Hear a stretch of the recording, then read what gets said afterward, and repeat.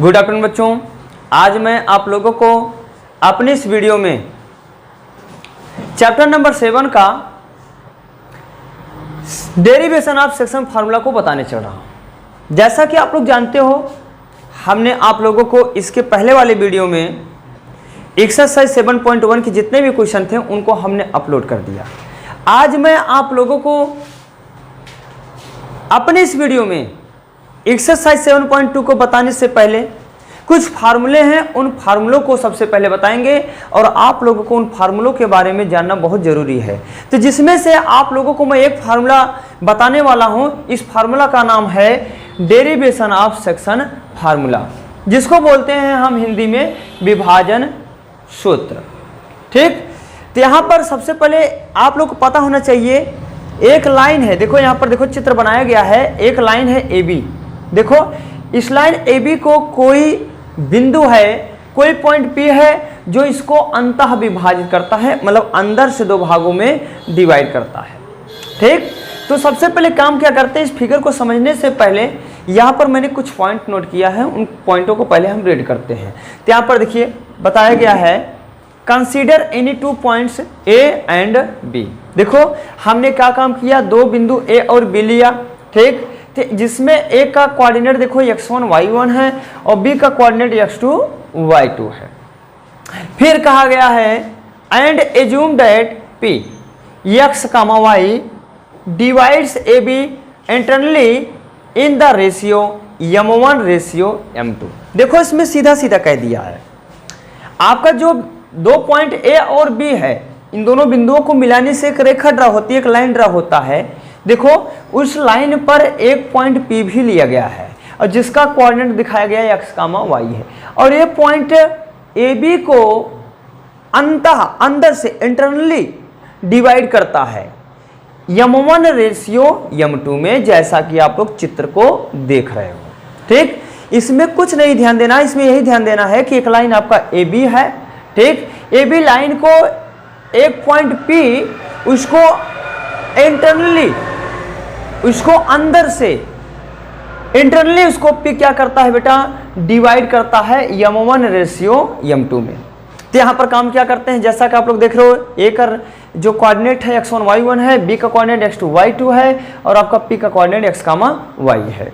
तो अब यहाँ पर कुछ और प्रोसेस करते हैं। हाँ, अब हम देखते हैं यानी इसका डेरिवेशन कैसे करते हैं। तो यहाँ पर इसका डेरिवेशन करने के लिए हम यहाँ पर ड्रा करेंगे, कुछ कंस्ट्रक्शन करेंगे। ड्रा देखो A R P S B T perpendicular in x axis. मतलब हमने क्या काम किया बेटा, A R P S B T को एक्स एक्सिस पर परपेंडिकुलर ड्रा किया। ये आपका कंस्ट्रक्शन होगा। तो यहाँ पर लिखेंगे draw A R comma P S comma, या लिखेंगे and B T perpendicular to the x axis, perpendicular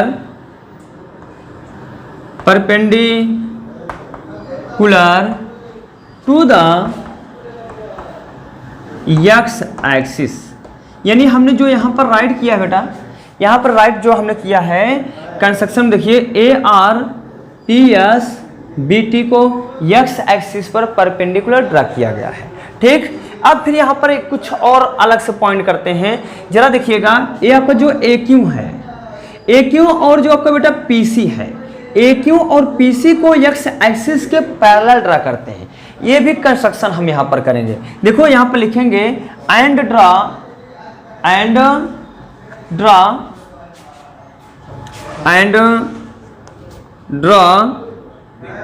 A Q comma P C parallel to the x axis. ठीक, इतना हमने सारा काम कर दिया। यहाँ पर आपको यही ध्यान देना है, हमने किया क्या है, ए आर को भी एक्स एक्सिस पर परपेंडिकुलर ड्रा किया, पी एस को भी परपेंडिकुलर ड्रा किया और बी टी को भी ड्रा किया। लेकिन एक कंस्ट्रक्शन और किया है, ए क्यू और जो पी सी है बेटा, AQ और PC को x एक्सिस के पैरेलल ड्रा कर दिया। इतनी बातें आप लोग समझ में आ गई हो तो मैं साइड में हो गया हूं, आप लोग इसका स्क्रीनशॉट ले लीजिए। ठीक, फिर हम आगे चलते हैं। हाँ बच्चों, सेक्शन फार्मूला का डेरिवेशन करने के लिए अब इसके आगे हम करने वाले हैं। आप लोग देख रहे हो इसमें आपको दो ट्रायंगल दिख रहा होगा, एक तो ट्रायंगल आपका बेटा ए है और दूसरा ट्रायंगल ए है, ध्यान देना। ठीक, देखो इस ट्रायंगल का नाम है APQ, इस ट्रायंगल का नाम है, या इस ट्रायंगल का नाम है PBC। अब इन दोनों ट्रायंगलों को हम सिमिलर दिखाएंगे। ठीक, जब ये दोनों ट्रायंगल सिमिलर हो जाएंगे तो हमें जो प्रूव करना है, जिसका डेरिवेशन करना है, वो हमें तुरंत पता चल जाएगा। तो आइए सबसे पहले क्या काम करते हैं, इन दोनों ट्रायंगलों को हम सिमिलर दिखाते हैं। ठीक, तो यहाँ लिखेंगे, ध्यान देना आप लोग, यहाँ पर हम लिखने वाले हैं in triangle APQ and triangle PBC। अब सबसे पहले आप लोगों को ये समझ में आना चाहिए कि कोई भी दो ट्रायंगल सिमिलर किस किस कंडीशन पर होते हैं। तो सबसे पहले आप लोगों ने पढ़ा है साइड साइड साइड, फिर पढ़ा है साइड एंगल साइड, फिर आप लोगों ने पढ़ा एंगल एंगल एंगल। ये तीन क्राइटेरियन पढ़ा है। कोई भी ट्रायंगल हो, कोई भी दो ट्रायंगल हो, इन्हीं तीनों में से किसी एक कंडीशन पर वो सिमिलर हो जाते हैं। तो आइए हम देखते हैं कौन सा क्राइटेरियन यहाँ पर फॉलो होता है। ठीक, तो सबसे पहले बेटा आप लोग को जानना जरूरी होगा, ध्यान देना आप लोग, जरा सोचिएगा। मैं ये देखो आपका जो ए एंगल है, ध्यान देखना है, A1 इसको मैं मान लेता हूँ, इसको बेटा मैं मान लेता हूँ, ध्यान देना, इसको 1 मान लिया, इसको मैंने मान लिया 2 है। ठीक, इसको मैंने मान लिया 3 है, इसको मैंने मान लिया 4 है। देखो इसमें जो मैं लिख रहा हूँ तो इसका मतलब इसका कुछ सेंस है, कुछ मतलब है, ध्यान देना आप लोग। ठीक है, ये 4 हो गया। जरा सोचिएगा, 2 जो है 4 के इक्वल होगा, 1 और 3 के इक्वल होगा। अब कैसे होगा मैं आइए आपको समझाता हूँ, ध्यान से देखना। ये पॉइंट बहुत ही मज़ेदार है, बहुत ही डीपली है, आपके बुक में इसका डेरिवेशन नहीं है। ठीक है, मैं यहाँ आपको बता रहा हूँ और ध्यान से देखना बेटा। तो यहाँ पर जैसा कि आप लोग देख रहे हो, अब सबसे पहले हम आपको बताएंगे 1 3 के इक्वल कैसे होगा। जरा देखो, अभी अभी हमने कंस्ट्रक्शन में आप लोगों को बताया था AQ जो है बेटा, AQ क्या है, x एक्सिस के पैरेलल है, और ये भी हमने कहा था PC भी क्या है आपका, x एक्सिस के पैरेलल है। अगर ये भी x के पैरेलल है बेटा और ये भी x के पैरेलल, क्या ये दोनों पैरेलल नहीं हुए ना? तो जरा देखो मैं यहाँ पर लाइन रख रहा हूँ, देखो यहाँ पर। ठीक, इसका नाम रखा AQ, ठीक, इसका नाम रख दिया PC। देखो PC ऐसे ही है बेटा, PC। अब जरा सोचो आप लोग, PC ऐसे है और तो ये जरा देखिए PC है। ठीक है, PC है, ये आपका AQ है। या थोड़ा हम ऐसे कर लेते हैं, आपको अगर अजीब लगता हो, देखो यहाँ पर ध्यान देना, ऐसे ही है। तो ये काम करते हैं, जरा आप लोग देखेंगे जो ये देखिए, ये जो लाइन जा रही है, तो कौन सी लाइन है, ट्रांसवर्जल लाइन। इस लाइन को क्या बोलेंगे हम, ट्रांसवर्जल लाइन। ध्यान देना, ए वाली लाइन आपका ये रहा और ये वाली लाइन आपकी ए रही, और ए वाली लाइन आपका ट्रांसवर्जल लाइन हो गया। तो देखो इसका नाम है 1, जरा देखो यही तो है ना 1। ठीक, और इस एंगल का नाम है 3। जरा देखो यही बन रहा है कि नहीं बन रहा है चित्र। तो आप लोग को पता होना चाहिए, आप लोग जानते हो यदि ये दोनों लाइन एक दूसरे के पैरेलल हैं और ये ट्रांसवर्सल लाइन है, तो आपका एंगल 1 एंगल 3 के इक्वल होगा। किस बेस पर, करेस्पॉन्डिंग एंगल।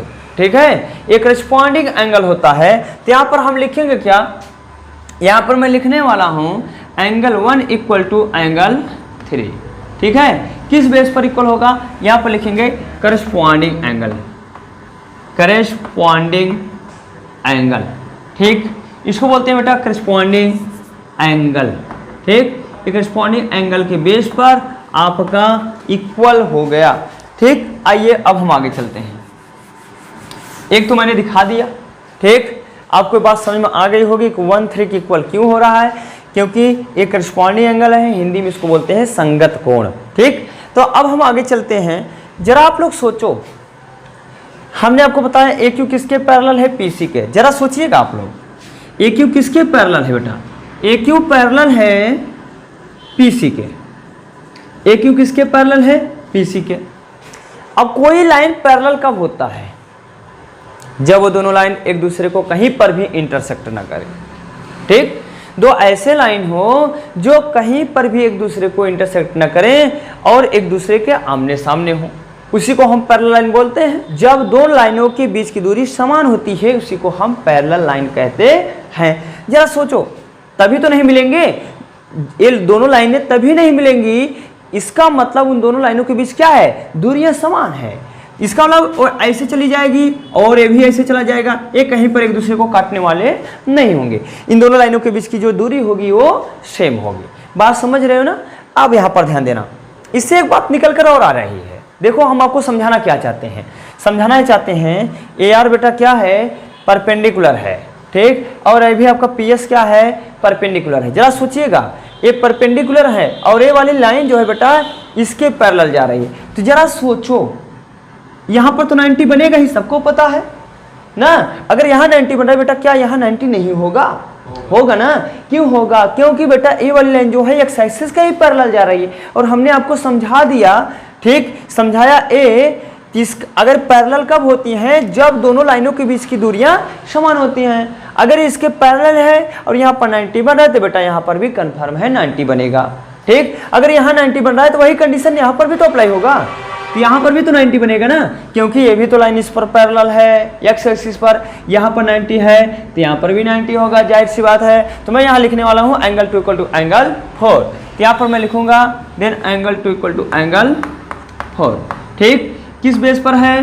90 डिग्री है, ठीक। अब ध्यान दीजिए, आप लोग को ये भी पता होना चाहिए, हमने आपको बताया है, आप लोगों ने पढ़ा होगा ट्रायंगल में, यदि किसी भी दो ट्रायंगलों के दो एंगल इक्वल हो जाते हैं तो क्या होता है, वो एंगल बेस पर, यानी तीसरा एंगल तो ऑटोमेटिक इक्वल हो जाएगा।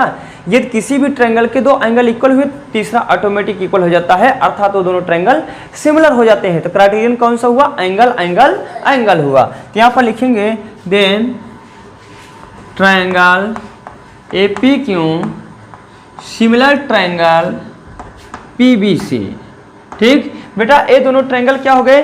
सिमिलर हो गए। जब ये दोनों ट्रायंगल सिमिलर हो गए, ध्यान से देखिएगा, तो मैं यहाँ क्राइटेरियन भी लिख रहा हूँ। क्राइटेरियन आपका है एंगल एंगल एंगल, ये आपका क्राइटेरियन है, ठीक। या दो ही एंगल दिखा दीजिए, ध्यान देना आप लोग। अब यहाँ पर लिखेंगे, अब जरा सोचिए, अगर ये दोनों ट्रायंगल सिमिलर हुए तो इनके जो करस्पॉन्डिंग साइड्स हैं वो प्रोपोर्शनल हो जाएंगे, ठीक।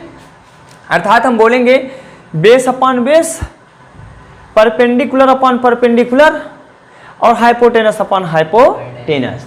तो यहाँ पर हम लिखने वाले हैं, तो यहाँ पर लिखेंगे, यहाँ पर मैं लिखने चल रहा हूँ, ध्यान देना आप लोग। यहाँ पर मैं लिखूंगा PA अपॉन, देखो यहाँ पर hypotenuse upon hypotenuse, PA upon show PA upon PA upon PB, PA upon PB equal होगा AQ upon BC, PC sorry AQ upon PC। जरा ही ध्यान देना आप लोग, अगर सबसे पहले आप लोगों ने इस ट्रायंगल का साइड लिया है तो भाई, ठीक, पहले इसका साइड लिया गया है तब इसको लिया गया है, तो ऐसे पहले इसको लेना होगा तब इसको लेना होगा, ये ध्यान देना आप लोग। फिर हम लिखेंगे इक्वल होंगे परपेंडिकुलर, यानी आपका PQ अपॉन BC, ठीक, PQ अपॉन BC, ठीक। अब आप लोग देख सकते हो, ये यहाँ पर आप लोग लिखा है PA upon PB equal to AQ upon PC equal to PQ upon BC। जरा देखो PA अपॉन PB जो है आपका, वहाँ पर हमने लिखा था PA अपॉन PB, आपका लिखा गया था M1 अपॉन M2, यानी PA और अपॉन PB का वैल्यू आपका है M1 अपॉन M2। अगर मैं AQ, PC, PQ और BC को निकाल लेता हूँ तो हमें जो फार्मूला का डेरिवेशन करना है वो पता चल जाएगा। हमारा मेन मकसद होगा बेटा AQ को पता करना, PC को निकालना, PQ को निकालना और BC को निकालना। आइए अब हम फिगर से इन सब के वैल्यू को फाइंड करते हैं। हाँ बच्चों देखिए, आप लोग यहाँ पर ये देखिए आपका जो पॉइंट A है इसका कोऑर्डिनेट x1 y1 है, मतलब यहाँ से लेके यहाँ तक का डिस्टेंस आपका क्या है, x1 है, यहाँ से लेके यहाँ तक का डिस्टेंस। इसका कहने का मतलब ये हुआ। अब देखो ये जो आपका पॉइंट है A, इसका कोऑर्डिनेट x, y है, तो यहाँ से लेके यहाँ का डिस्टेंस आपका हुआ, यहाँ से लेके यहाँ तक का देखो, यहाँ से लेके यहाँ तक का डिस्टेंस आपका x हो गया, ठीक। देखिए जरा, ये जो पॉइंट है आपका, इसका कोऑर्डिनेट है x2 y2, इसका मतलब ये हुआ बेटा यहाँ से लेके यहाँ तक का डिस्टेंस आपका हो गया x2 लिख रहे हैं यहाँ पर x2, ठीक, a हो गया यहाँ तक का डिस्टेंस, यानी यहाँ तक का डिस्टेंस। ठीक, चलो अब हम काम क्या करते हैं, जरा सोचो, हमें निकालना क्या था, निकालना था ए क्यू। तो ए क्यू कैसे निकालेंगे, जरा देखिएगा आप लोग, ए क्यू किसके बराबर है, आर एस के ना। ठीक, अगर मैं आर एस को पता कर लूँ बेटा तो ए क्यू भी पता चल जाएगा। तो आर एस को कैसे पता करेंगे, यदि मैं इतने से इतना माइनस कर दूं, इतने से इतना निकाल दूं, तो क्या बचने वाला है, जरा देखो आर एस ही तो बचेगा। हमारा कहने का मतलब है अगर आपको ए क्यू फाइंड करना है, ए क्यू जो है आपका बेटा, ए क्यू इक्वल होगा आर एस के, अर्थात आर एस किसके बराबर होगा, देखो हमने क्या कहा, इतने में से इतना माइनस कर दो, यानी यक्स माइनस होगा x1। ठीक, क्या माइनस होगा बेटा, यक्स से x1 माइनस करेंगे तो आपको आर एस पता चल जाएगा, अर्थात ए क्यू पता चल जाएगा। अब आइए हम निकालते हैं पीसी को। किसको निकालते हैं, पीसी को। जरा देखो पीसी कैसे निकालते हैं, तो पीसी देखो, पीसी जितना होगा उतना ही आपका एसटी होगा, होगा कि नहीं होगा। तो यहाँ पर हम लिखने वाले हैं, अतः पीसी इक्वल हो गया बेटा एस टी के। जरा देखो पीसी, अगर मैं एस टी को पता कर लूँ, एस टी को कैसे पता करेंगे, इतने से यदि मैं इस पूरे से इतना माइनस कर दूँ तो क्या बचेगा, जरा देखो आप लोग, यही तो बचेगा एस टी। ठीक, हमारा कहने का मतलब है एक्स टू माइनस होगा यक्स। ठीक, इसको क्या लिखेंगे, एक्स टू माइनस यक्स।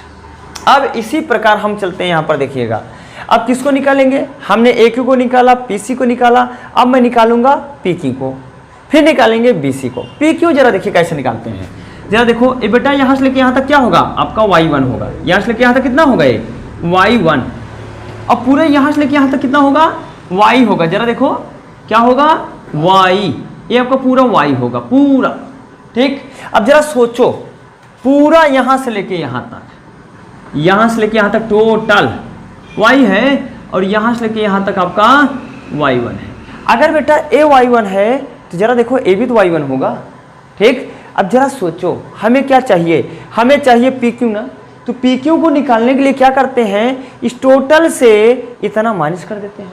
ठीक, तो यही हम काम करेंगे, यहाँ पर लिखेंगे पी क्यू, तो पी क्यू आपका होगा बेटा, पी क्यू इक्वल होगा, पी क्यू बराबर होगा y माइनस y1। ठीक, किसके बराबर होगा, y माइनस y1। ठीक, अब जरा सोचो, अब हम एक काम करते हैं, निकालते हैं बीसी को। तो बीसी को जरा देखिए निकालने के लिए क्या करते हैं, यहाँ से लेके यहाँ तक पूरा कितना है आपका y2 है, कितना है y2, देखो y2 है। अब देखो यहाँ से लेके यहाँ तक y2 है, और बेटा यहाँ से लेके यहाँ तक कितना है y है, अरे जितना a होगा उतना a भी तो होगा। अगर ये y है और पूरा y2 है, हमें इतना चाहिए, तो पूरे से इतना माइनस कर दो, हमारा कहने का मतलब हुआ y2 में से y माइनस कर दो, आपको पता चल जाएगा BC। ठीक, तो BC यहाँ लिख रहा हूँ बेटा BC, तो BC को क्या लिखेंगे, BC को मैं लिखूंगा y2 माइनस y। ठीक, हमें जो पता करना था, जो भी वैल्यू फाइंड करना था हमने फाइंड कर लिया। अब आइए, अब मैं सेक्शन फार्मूला को सॉल्व करता हूँ। जरा सोचिए, मैंने आप लोगों को बताया था अभी अभी हमने जब दोनों ट्रायंगल को सिमिलर दिखाया था, तो मैंने आपको दिखाया था AP अपॉन BP। तो यहाँ चलेंगे from AP upon BP, AP upon PB। देखो उसमें से हम एक पार्ट लेंगे, तो यहाँ पर मैं साइड में उस पॉइंट को लिख रहा हूँ। देखो यहाँ पर AP अपॉन, मैं यहाँ लिख के दिखा रहा हूँ, AP अपॉन PB इक्वल होगा, इक्वल मैंने दिखाया था, दिखाया बेटा AQ अपॉन PC, फिर इक्वल दिखाया था। ठीक, PQ अपॉन BC, यही दिखाया था ना मैंने जब दोनों ट्रायंगल को सिमिलर दिखाया था। तो इसमें जरा देखो इसको लेंगे। ठीक, सबसे पहले इसी को लेंगे फर्स्ट। ठीक, तो यहाँ पर लिखेंगे AP upon BP equal to होगा AQ अपॉन PC। जरा देखो AP का वैल्यू कितना था, m1 है, देखो AP कितना है m1, यहाँ पर लिख दिया मैंने m1 अपॉन इसका वैल्यू है m2। अब जरा AQ देखो कितना आया है, AQ आपका आया है x माइनस x1। ठीक, अब जरा देखो आपका बेटा PC कितना आया है, आपका PC यहाँ पर PC था ना, तो मैंने PC को निकाला था, PS है, सॉरी ये PS नहीं है, PC कहाँ मैंने निकाला है PC, S T S T S T S T, sorry ये आपका पी एस नहीं है, ये आपका है पी सी। देखो एस टी के इक्वल कौन था, पी सी था ना, ठीक, तो यहाँ पर मिस्टेक हो गया था, तो आपका पी सी है। चलो अब ध्यान देना आप लोग बेटा, पी सी का वैल्यू आया है x2 माइनस x1।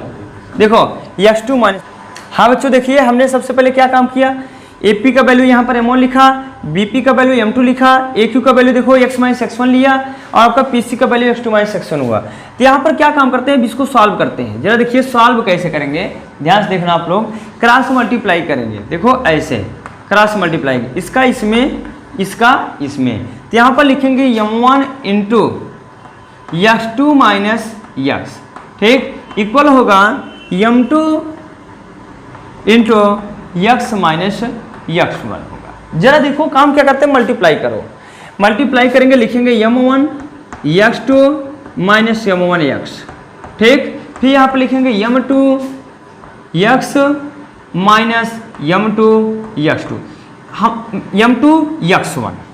अब यहाँ पर आपको ये ध्यान देना है, जो x वाला है, x वाला a और a एक साथ कर लीजिए, बाकी सबको एक साथ कर दीजिए। एक काम करते बेटा, इसको उठा के उधर ले जाओ और इसको उठा के यहाँ लाओ, इसको उठा के इधर ले जाओ और इसको उठा के यहाँ लाओ, ठीक। जब यहाँ पर लेकर आएंगे, जरा मैं थोड़ा उसको रेस्ट कर देता हूँ, यहाँ पर मैं रेस्ट कर रहा हूँ, ठीक, नीचे दिख रहा है, दिख रहा है ना। चलो अब यहाँ पर देखो बेटा, इसको हम यहाँ लेकर आ रहे हैं और इसको उधर लेकर जा रहे हैं, तो होगा क्या, देखो यहाँ पर m1 x2, ठीक, अपने स्थान पर है। अब इसको उठा के लाया, तो प्लस हो गया m2 x1, ठीक, इक्वल होगा, इक्वल, देखो यहाँ पर लिखेंगे, उधर जाके प्लस होगा m1 x plus m2 x। अब एक काम करते हैं, इसमें देखो x कॉमन होगा, इस सबको इधर कर लेते हैं, सबको उधर कर देते हैं, ठीक। तो यहाँ पर एक काम करते हैं, यहाँ पर देख सकते हो आप लोग, ठीक, यहाँ पर देख सकते हो, ध्यान देना। अब यहाँ पर क्या काम करते बेटा, इसमें x कॉमन है, x कॉमन लेकर के इधर कर लिया, x कॉमन किया, m1 प्लस m2 हो गया, ठीक, एक ब्रैकेट में, और दूसरे ब्रैकेट में अब इसको उधर करो, यहाँ पर उधर करेंगे, देखो क्या होगा, m1 x2 plus m2 x1। अब देखो यहाँ पर, अब क्या करते हैं, यहाँ पर तो मैंने राइट कर दिया, अब यहाँ पर क्या है, मल्टीप्लाई तो जाकर के क्या होगा, डिवाइड होगा, m1 x2 plus m2 x1 अपान m1 प्लस m2, ठीक। ये आपका एक सेक्शन फार्मूला, देखो सेक्शन फार्मूला में x का वैल्यू फाइंड करने के लिए हमने आपको फार्मूला बता दिया, ठीक। कैसे लर्न करोगे, देखो यहाँ पर m1 जब होगा, यहाँ पर देखो जब यहाँ 1 होगा तो यहाँ 2 होगा, जब यहाँ 2 होगा तो यहाँ 1 हो जाएगा, यानी जब m1 होगा तो उसके साथ x2 होगा, और जब m2 होगा तो उसके साथ x1 हो जाएगा, नीचे m1 प्लस m2 आपका रहेगा ही। मैं साइड में हो गया हूँ, आप लोग इसका जल्दी से स्क्रीनशॉट ले लीजिए। सेक्शन फार्मूला का मैंने देखिए x को फाइंड करने का फार्मूला मैंने आप लोग को बता दिया, जैसा कि आप लोग देख रहे हो यहाँ पर x का वैल्यू फाइंड करने के लिए m1 x2 plus m2 x1 अपान m1 प्लस m2 है। सिमिलरली हम ऐसे ही बेटा लिखेंगे, यहाँ पर ध्यान देना, जैसे मैंने आपको क्या काम किया था, AP upon BP equal to लिखा था AQ अपान PC, वैसे अब हम क्या लिखेंगे, यहाँ पर देखिए मैं यहाँ पर लिखने वाला हूँ सिमिलरली देखो AP अपान PB इक्वल होगा बेटा PQ अपान BC, ठीक, PQ अपान BC। ध्यान देना आप लोग, यहाँ पर भी वही वैल्यू जो मैंने वैल्यू निकाला था, उन सब वैल्यू को आप लिखोगे, इस पर पुट करोगे तो आएगा क्या, देखो यहाँ पर आपका आएगा y इक्वल टू, जब मैं सॉल्व करूंगा तो m1 y2 हो जाएगा, ये जहाँ x2 है यहाँ पर क्या हो जाएगा y2, ठीक, आपका m2 यहीं पर हो जाएगा y1 अपान m1 प्लस m2। ये आपका वैल्यू y को फाइंड करने का सेक्शन फार्मूला है, विभाजन का सूत्र है। x को निकालने का विभाजन सूत्र ये होता है और y को निकालने का विभाजन सूत्र ये होता है, ठीक। याद करने का तरीका हमने आपको बता दिया, जब m1 होगा तो उसके साथ x2 होगा, जब m2 होगा उसके साथ x1 हो जाएगा, यानी m1 x2 plus m2 x1 अपान m1 प्लस m2 होगा, और जब y को निकालना है m1 y2 plus m2 y1 अपान m1 प्लस m2 होगा, ठीक। हाँ बच्चों, अब मैं साइड में हो रहा हूँ, आप लोग इसका जल्दी से जल्दी स्क्रीनशॉट ले लीजिए।